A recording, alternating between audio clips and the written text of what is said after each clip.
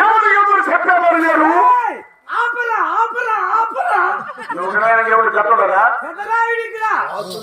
అడుగు ముందుకే నేను కొడుకు ఇద్దరు వచ్చాము.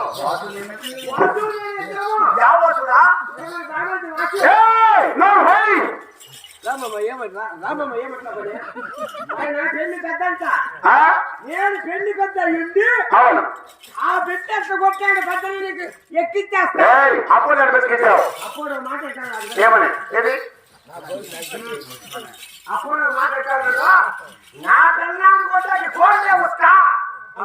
ఎవరా వాడు హనుమంతుడు నా బిడ్డ ఏది చెప్తానా నాకు ఏది నామం చెప్పబోయ్.